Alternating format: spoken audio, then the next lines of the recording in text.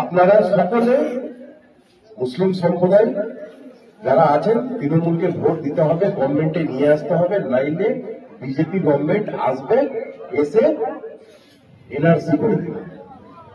NRC করে দিতে গেলে বিভিন্ন বিভিন্ন জায়গায় একটা ক্যাম্প হবে, ক্যাম্পে আপনাদের রাখা হবে, তাদের নাম এ থাকবে।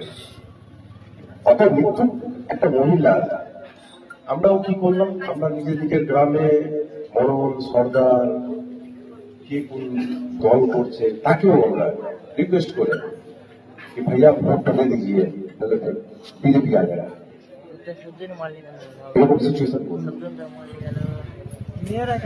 সিচুয়েশন করে কি হলো, আবার 21 গভর্নমেন্টে চলে গেল। 21 পর এবার কি হলো 2026 দেখছে মুসলিম আর কথা শুনছে না, মুসলিম পশ্চিম করতে শিখে গেছে, মুসলিম সম্প্রদায় এবার পশ্চিম করছে। আপনি আমাদের জন্য এটা বলেছিলেন, ওটা কই, এটা কেন হয়নি, এটা কেন করবেন না, বিভিন্ন মুসলিম সম্প্রদায় বিভিন্ন পশ্চিম। তো উনি 26-এর আগে, বেশ কিছুদিন আগে উনি এখন একদম পূর্ণ ব্রাহ্মণ হয়ে গেছেন, একদম ব্যানার্জি ব্রাহ্মণ। উনি দীঘায় মন্দির করে দিয়েছেন, মালদা এবং কলকাতায় নিউ টাউনে সেখানটায় দুর্গা আগমনের জায়গা দিয়ে দিয়েছেন 51 দীঘা মতো।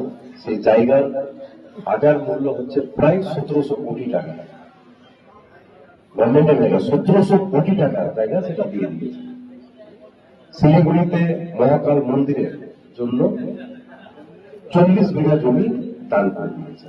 মানে ইনি এই 2024-এর ভোটটা যেটা হলো লোকসভা ভোটের আগেই হিন্দু হয়েছে,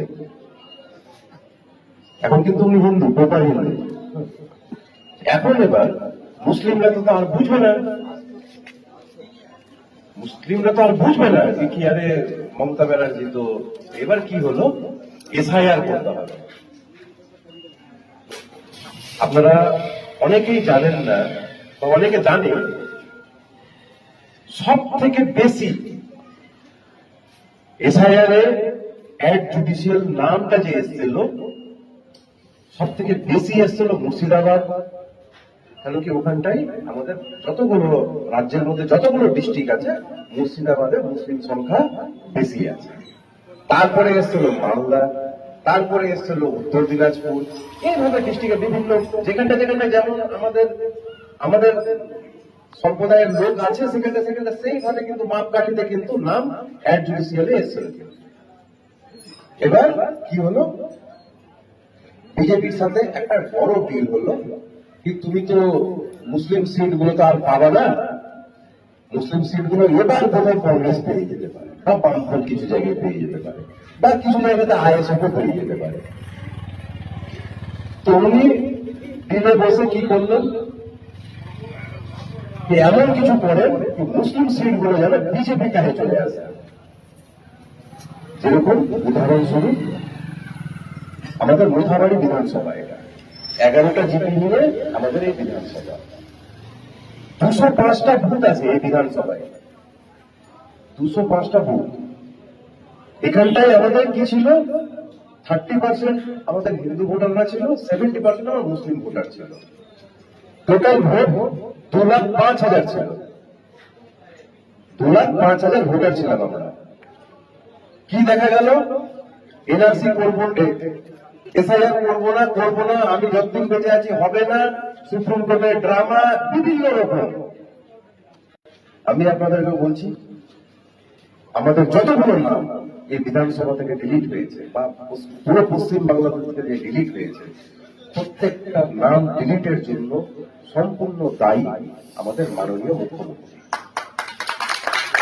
কেন উনি যদি সুপ্রিম কোর্টে যে ড্রামা যদি না করতেন, তাহলে আমাদের গ্রামের যেসব ছেলে বিএলওতে কাজ করছিল, তারা কিন্তু নিজের গ্রামের নামগুলো কিন্তু কিভাবে টিকানো যায়, কাউকে কিছু ভুল হতে পারে, বাগান টালানের ভুল টাল হতে পারে, ওরা কিন্তু নিজের ইচ্ছাতে কিন্তু অনেক কিছু কাগজপত্র সব ঠিক করে নিয়েছিল। এই মহিলা যেই সুপ্রিম কোর্টে যে ড্রামা করতে গেল, বাস অন্য কিছু, এটা ঘটলো না, এটা প্ল্যানিং করা ছিল। ইলেকশন কমিশনার, বিজেপি আর তৃণমূল। এই তিনজনের মধ্যে এটা প্ল্যানিং ছিল কি কিভাবে মুসলিম এরিয়াতে মানুষের নাম বাদ দেওয়া হবে এবং ভোটের যে পার্সেন্টেজ আছে যেন মুসলিম ভোট ভাগাভাগি হয়ে যেখান থেকে জীবনে বিজেপি পাস করার কোন সম্ভাবনা নাই, সেই সব জায়গা থেকে বিজেপি কিভাবে পাস করে বেরোবে। আজ মোথাবাড়ি বিধানসভাতে ভোট সংখ্যা হচ্ছে আমাদের ভোট কাটাকাটির পর